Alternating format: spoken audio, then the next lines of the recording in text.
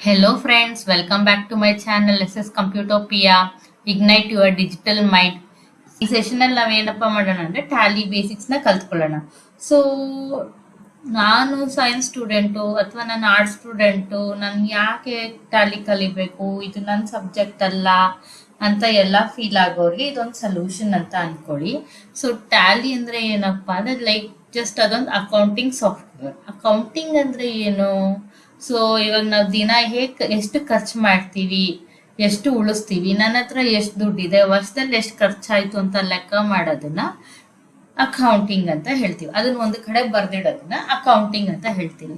ಈಗ ಮನೇಲಿ ನಾನು ಒಂದು ಗೃಹಿಣಿ ಆಗಿದ್ರು ಕೂಡ ಇವಾಗ ನನ್ನ ಹತ್ರ ಒಂದು 100 ರೂಪಾಯಿ ಇದೆ, 100 ರೂಪಾಯಲ್ಲಿ 10 ರೂಪಾಯಿ ಆ ಸಾಮಾನ್ ತಂದೆ, 50 ರೂಪಾಯಿಗೆ ಈ ಸಾಮಾನ್ ತಂದೆ. ಸೊ ಟೋಟಲ್ ನನ್ನ ಹತ್ರ ಎಷ್ಟು ಮಿಕ್ಕಿದೆ ಅಂತ ಒಂದು ಮೈಂಡ್ ಅಲ್ಲಿ ಕ್ಯಾಲ್ಕುಲೇಟ್ ಮಾಡ್ಕೊಂತೀವಲ್ಲ, ಅದನ್ನೇ ಅಕೌಂಟಿಂಗ್ ಅಂತ ಹೇಳ್ತೀವಿ. ಅದನ್ನ ನಾನು ಒಂದು ಕರೆಕ್ಟ್ ಮೆಥಾಡಾಲಜಿನಲ್ಲಿ ಬರೆಯೋದನ್ನ ಮತ್ತೆ ಎಂಟ್ರೀಸ್ ನ ರೆಕಾರ್ಡ್ ಮಾಡೋದನ್ನ ಯೂಸ್ ಮಾಡೋ ಸಾಫ್ಟ್ವೇರ್ನ ನಾವು ಟ್ಯಾಲಿ ಅಂತ ಹೇಳ್ತೀವಿ.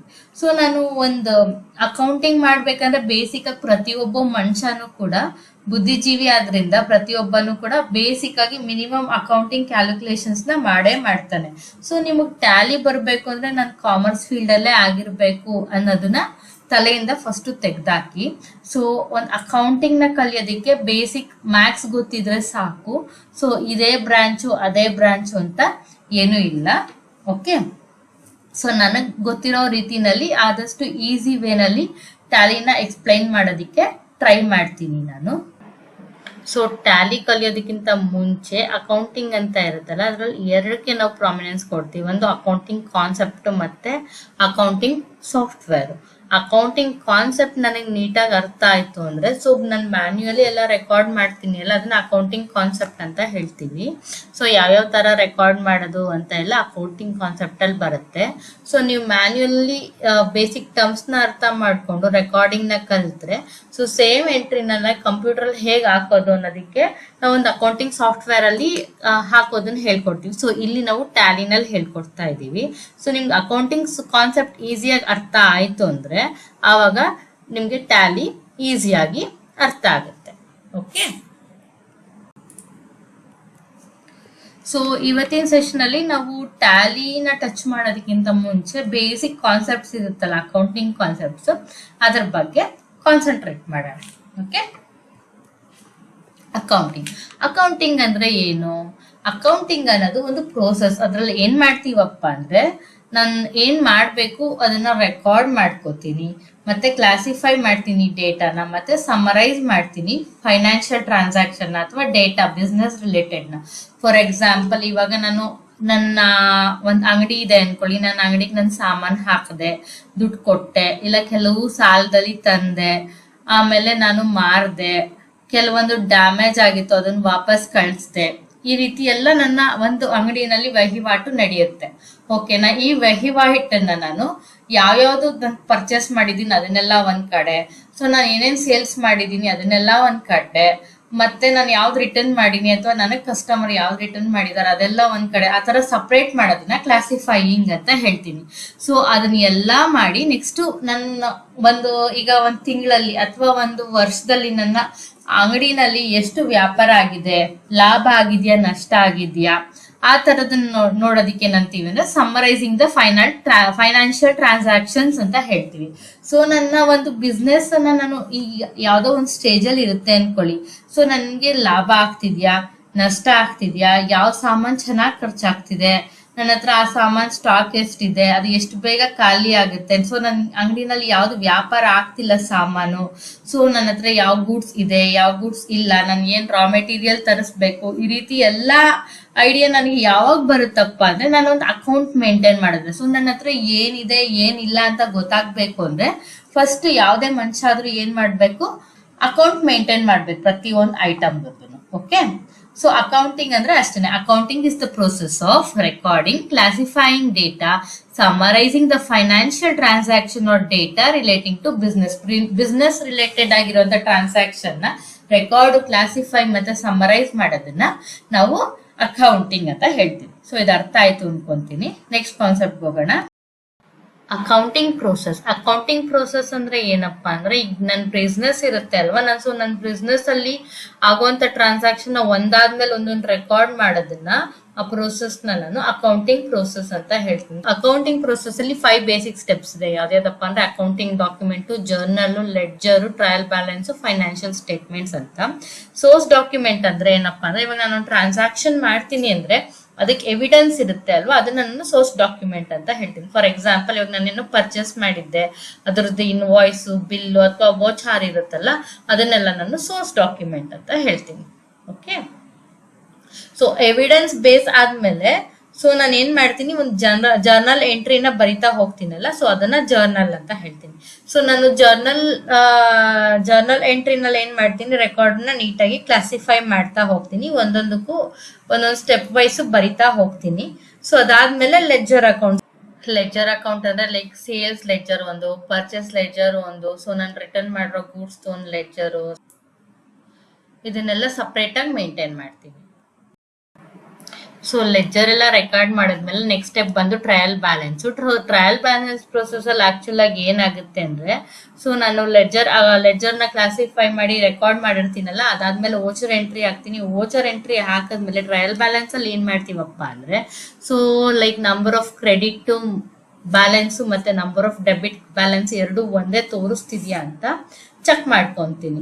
ಸೊ ಇದು ನನ್ನ ಬೇಸಿಕ್ ಸ್ಟೆಪ್. ಲೈಕ್ ಎಲ್ಲಾ ಎಂಟ್ರೀಸು ಕರೆಕ್ಟ್ ಆಗಿ ಬಂದಿದ್ಯಾ, ಬ್ಯಾಲೆನ್ಸ್ ಆಗ್ತಿದ್ಯಾ, ಕಂಪೈಲ್ ಆಗಿದ್ಯಾ, ಅಂದ್ರೆ ಎಲ್ಲಾ ಲೆಡ್ಜರ್ಸ್ ಕಂಪೈಲ್ ಆಗಿದ್ಯಾ ಅಂತ ಚೆಕ್ ಮಾಡೋದಕ್ಕೆ ಟ್ರಯಲ್ ಬ್ಯಾಲೆನ್ಸ್ ಯೂಸ್ ಮಾಡ್ತೀವಿ. ಸೊ ಇದು ಫಸ್ಟ್ ಸ್ಟೆಪ್. ಓಕೆ, ಸೊ ಇದಾದ್ಮೇಲೆ ಫೈನಾನ್ಷಿಯಲ್ ಅಕೌಂಟ್ ಸ್ಟೇಟ್ಮೆಂಟ್ಸ್ ನ ನೋಡ್ತೀವಿ ನಾವು. ಸೊ ಈ first like source document, journal, ledger account, trial balance, ಈ 4 ಸ್ಟೆಪ್ ನ ಸೇರಿಸಿ ನಾವು ಬುಕ್ ಕೀಪಿಂಗ್ ಪ್ರೋಸೆಸ್ ಅಂತ ಹೇಳ್ತೀವಿ. ಸೊ ಬುಕ್ ಕೀಪಿಂಗ್ ಪ್ರೋಸೆಸ್ ಎಲ್ಲ ಕರೆಕ್ಟ್ ಆಗಿ ಆದ್ಮೇಲೆ, ಸೊ ನಾನು ವರ್ಷಕ್ಕೆ ಕ್ವಾರ್ಟರ್ಲಿನೇ ಯಾವಾಗೋ ಒಂದ್ಸರಿ ಫೈನಾನ್ಷಿಯಲ್ ಸ್ಟೇಟ್ಮೆಂಟ್ ನ ಚೆಕ್ ಮಾಡ್ಕೊಂತೀನಿ. ಸೊ ಚೆಕ್ ಮಾಡ್ಕೊಂಡು ನನ್ನ ಕಂಪ್ನಿ ಸ್ಟೇಟಸ್ ಏನು ಅಂತ ನಾನು ತಿಳ್ಕೊತೀನಿ, ಮತ್ತೆ ಶೇರ್ ಹೋಲ್ಡರ್ಸ್ ಅಥವಾ ನನ್ನ ಪಾರ್ಟ್ನರ್ಸ್ ಯಾರಾದ್ರೂ ಇದ್ರೆ ಅವ್ರು ಕೂಡ ತಿಳಿಸ್ಕೊಡ್ತೀನಿ. So financial statements like balance sheet ಆಗಿರ್ಬೋದು, ಪ್ರಾಫಿಟ್ ಅಂಡ್ ಲಾಸ್ ಆಗಿರ್ಬೋದು, ಅಥವಾ ಟ್ರಯಲ್ ಬ್ಯಾಲೆನ್ಸ್ ಆಗಿರ್ಬೋದು, ಕ್ಯಾಶ್ ಫ್ಲೋ ಸ್ಟೇಟ್ಮೆಂಟ್ ಆಗಿರ್ಬೋದು, ಅಥವಾ statement of changes in equity ಆಗಿರ್ಬೋದು. ಸೊ ಇವೆಲ್ಲಾನು ನಾವು ಫೈನಾನ್ಷಿಯಲ್ ಸ್ಟೇಟ್ಮೆಂಟ್ ಅಂತ ಹೇಳ್ತೀವಿ. ಓಕೆ, ಸೊ ಟ್ರಾನ್ಸಾಕ್ಷನ್ ಅಂದ್ರೆ ಏನು? ಅವಾಗಿಂದ ಟ್ರಾನ್ಸಾಕ್ಷನ್ ಅಂತ ಹೇಳ್ತಿದೀವಲ್ವಾ. ಟ್ರಾನ್ಸಾಕ್ಷನ್ ಅಂದ್ರೆ ಏನು? ಸೊ ಟ್ರಾನ್ಸಾಕ್ಷನ್ ಅಂದ್ರೆ ಏನೋ ಒಂದು ಟ್ರಾನ್ಸಾಕ್ಷನ್ ಆಗಿದೆಯಲ್ಲ, ಅದನ್ನ ನಾವು ಟ್ರಾನ್ಸಾಕ್ಷನ್ ಅಂತ ಹೇಳ್ತೀವಿ. ಅಂದ್ರೆ ಇವಾಗ ಒಂದು ಗೂಡ್ಸ್ ನಾನು ಪರ್ಚೇಸ್ ಮಾಡಿರ್ತೀನಿ, ಇಲ್ಲ ನನ್ನ ದುಡ್ಡು ಯಾರಿಗೋ ಪೇ ಮಾಡಿರ್ತೀನಿ, ನಾನು ಅಕೌಂಟಿಗೆ ಹಾಕಿರ್ತೀನಿ, ಇಲ್ಲ ವಿತ್ಡ್ರಾ ಮಾಡಿರ್ತೀನಿ.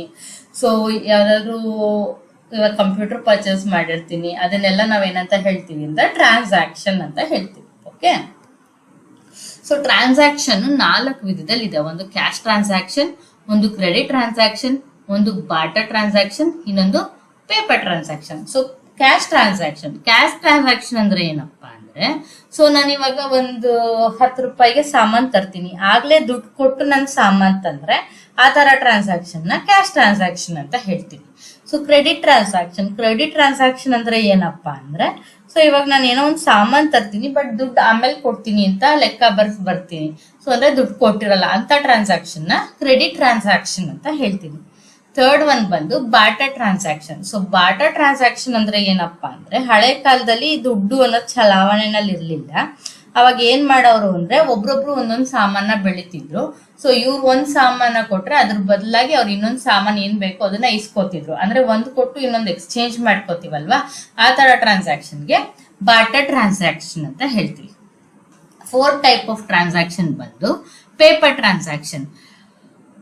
ಪೇಪರ್ ಟ್ರಾನ್ಸಾಕ್ಷನ್ ಯಾವಾಗಪ್ಪ ಯೂಸ್ ಮಾಡ್ತೀವಿ ಅಂದ್ರೆ, ಇವಾಗ ನಾನು ಅದನ್ನ ರೆಕಾರ್ಡ್ ಮಾಡೋ ಅವಶ್ಯಕತೆ ಇಲ್ಲ ಅನ್ನುವಾಗ ನಾನು ಪೇಪರ್ ಟ್ರಾನ್ಸಾಕ್ಷನ್ ನ ಬರಿತೀವಿ. ಅಂದ್ರೆ ಮೀಟ್ ಮಾಡೋ ಅವಶ್ಯಕತೆ ಇರಲ್ಲ. ಇವಾಗ ನಾನು ಏನೋ ಒಂದು ಗೂಡ್ಸ್ ತಗೊಂಡಿರ್ತೀನಿ, ಅದು ಕಳ್ದೋಗಿರುತ್ತೆ, ಆ ತರದನ್ನೆಲ್ಲ ರೆಕಾರ್ಡ್ ಮಾಡ್ಬೇಕಂದ್ರೆ ನಾನು ಪೇಪರ್ ಟ್ರಾನ್ಸಾಕ್ಷನ್ ನ ಯೂಸ್ ಮಾಡ್ತೀನಿ. Okay, cash transaction refers to any business transaction where the value of the transaction is settled, that is paid in cash immediately or readily. Already paid ಮಾಡಿರೋಂಥದ್ದನ್ನ cash transaction ಅಂತ ಹೇಳ್ತೀವಿ. Credit transaction refers to any business transaction where the value of transaction is not settled immediately but its settlement is postponed to a future date. So ಮುಂದೆ ಯಾವತ್ತೋ ಮಾಡ್ಬೇಕು ಅಂತ ಇಟ್ಟಿರ್ತೀವಿ ಅಲ್ವಾ, ಅದನ್ನ ಕ್ರೆಡಿಟ್ ಟ್ರಾನ್ಸಾಕ್ಷನ್ ಅಂತೀವಿ. Barter transaction is a business transaction where there is an exchange simultaneously receiving of some benefit and giving of some other benefit. So ಒಂದು ಕೊಟ್ಟು ಒಂದು ಇಸ್ಕೊಳ್ಳೋದನ್ನ ಬಾರ್ಟರ್ ಟ್ರಾನ್ಸಾಕ್ಷನ್ ಅಂತೀವಿ.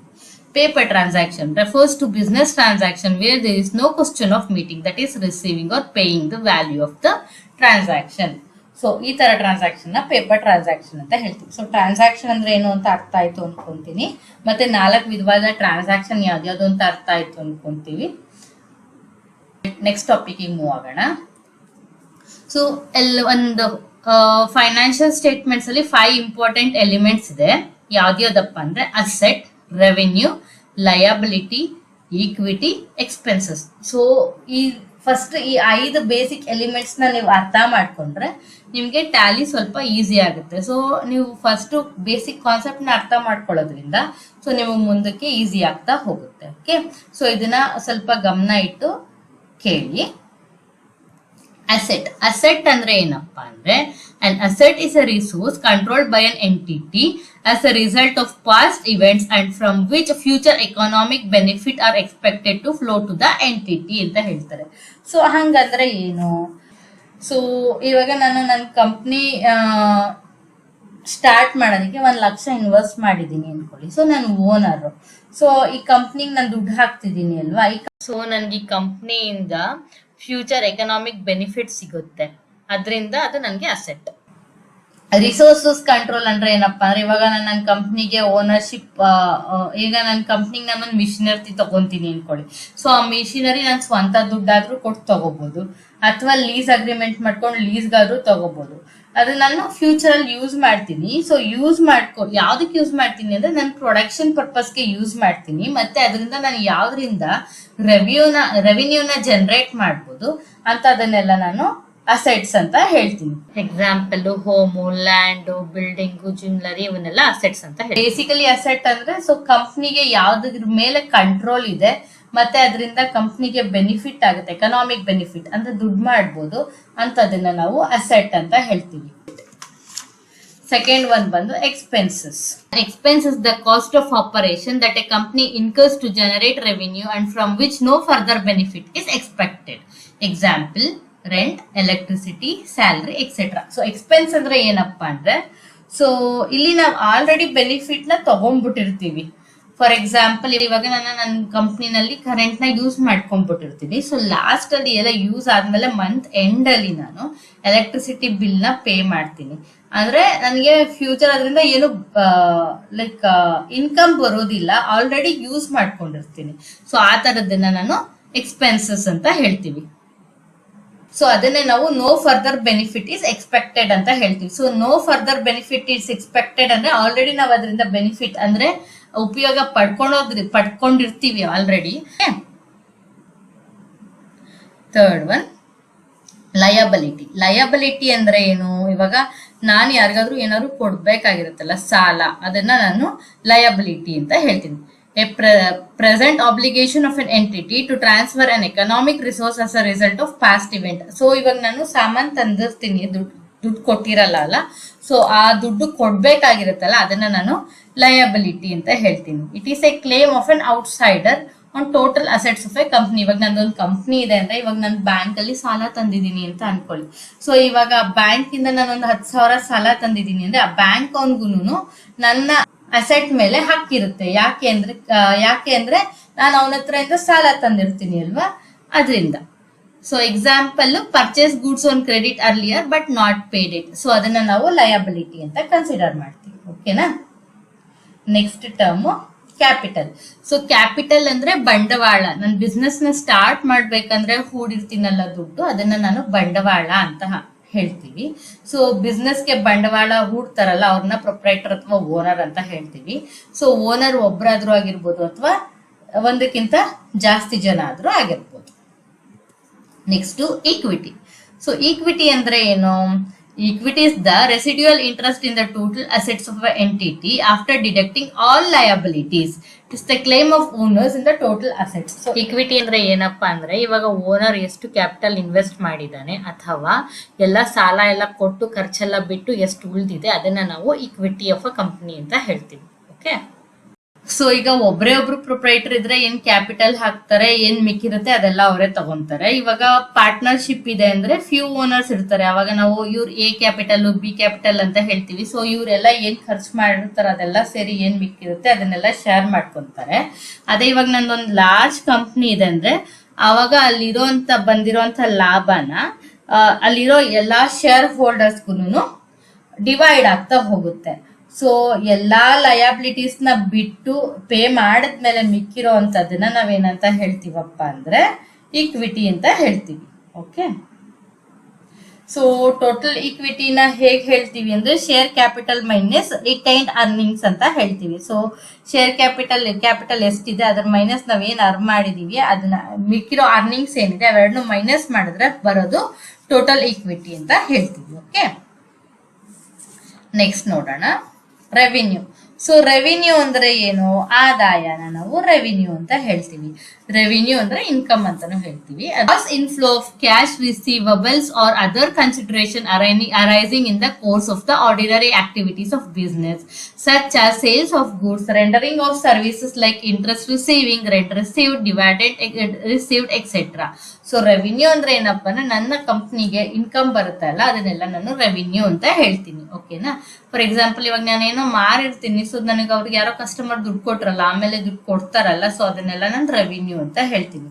So interest received, rent received, dividend received ಇದನ್ನೆಲ್ಲ ಏನಂತ ಹೇಳ್ತೀವಿ ಅಪ್ಪ ಅಂದ್ರೆ ರೆವಿನ್ಯೂ ಅಂತ ಹೇಳ್ತೀವಿ. ಓಕೆನಾ? Double entry. ಸೊ ಈಗ ನಾನು ಅಕೌಂಟಿಂಗ್ ಅಲ್ಲಿ ಏನೇ ಒಂದು ಟ್ರಾನ್ಸಾಕ್ಷನ್ ಮಾಡಿದ್ರು ಎರಡು ವೇನಲ್ಲಿ ಆಗುತ್ತೆ. ಅಂದ್ರೆ ಇವಾಗ ನಾನು ಗೂಡ್ಸ್ ನ ಮಾರ್ದೆ ಅಂದ್ರೆ, ಸೊ ಇವಾಗ ನಿಮಗೆ ಗೂಡ್ಸ್ ಮಾರ್ದೆ ಅನ್ಕೊಳ್ಳಿ. ಸೊ ನನ್ನ ಹತ್ರ ಏನಾಯ್ತು, ಗೂಡ್ಸ್ ಕ್ವಾಂಟಿಟಿ ಎಷ್ಟಿತ್ತು ಕಮ್ಮಿ ಆಯ್ತು ಅಂದ್ರೆ ಮೈನಸ್ ಒಂದಾಗುತ್ತೆ ಪ್ಲಸ್ ಒಂದಾಗುತ್ತೆ. ಸೊ ಕ್ವಾಂಟಿಟಿ ಗುಡ್ಸ್ ಏನಾಯ್ತು ಕಮ್ಮಿ ಆಯ್ತು, ಬಟ್ ನನ್ಗೆ ದುಡ್ಡು ಜಾಸ್ತಿ ಆಯ್ತು. ಸೊ ಪ್ರತಿ ಟ್ರಾನ್ಸಾಕ್ಷನ್ ಅಲ್ಲೂ ಒಂದು ಕಮ್ಮಿ ಆಗುತ್ತೆ, ಒಂದು ಜಾಸ್ತಿ ಆಗುತ್ತೆ. ಕಮ್ಮಿ ಜಾಸ್ತಿ ಆಗುತ್ತಲ್ಲ ಅದನ್ನ ನಾವು ಡೆಬಿಟ್ ಕ್ರೆಡಿಟ್ ಅಂತ ಹೇಳ್ತೀವಿ. ಸೊ ಒಂದು ಟ್ರಾನ್ಸಾಕ್ಷನ್ ಅಲ್ಲಿ ಇವಾಗ ನಾನು ಒಂದು ವ್ಯಾಪಾರ ಮಾಡ್ತೀನಿ ಅಲ್ಲ, ಇವಾಗ ನಾನು ಗೂಡ್ಸ್ ನ ಮಾರ್ದೆ ಅದನ್ನ ಒಂದು ಟ್ರಾನ್ಸಾಕ್ಷನ್ ಅಂತ ಹೇಳ್ತೀವಿ. ಸೊ ಎರಡ್ ಕಡೆದನ್ನು ಟ್ರಾನ್ಸಾಕ್ಷನ್ ನ ರೆಕಾರ್ಡ್ ಮಾಡೋದನ್ನ ನಾನು ಏನಂತ ಹೇಳ್ತೀನಿ ಅಂದ್ರೆ ಡಬಲ್ ಎಂಟ್ರಿ ಸಿಸ್ಟಮ್ ಅಂತ ಹೇಳ್ತೀನಿ. ಆಯ್ತಾ?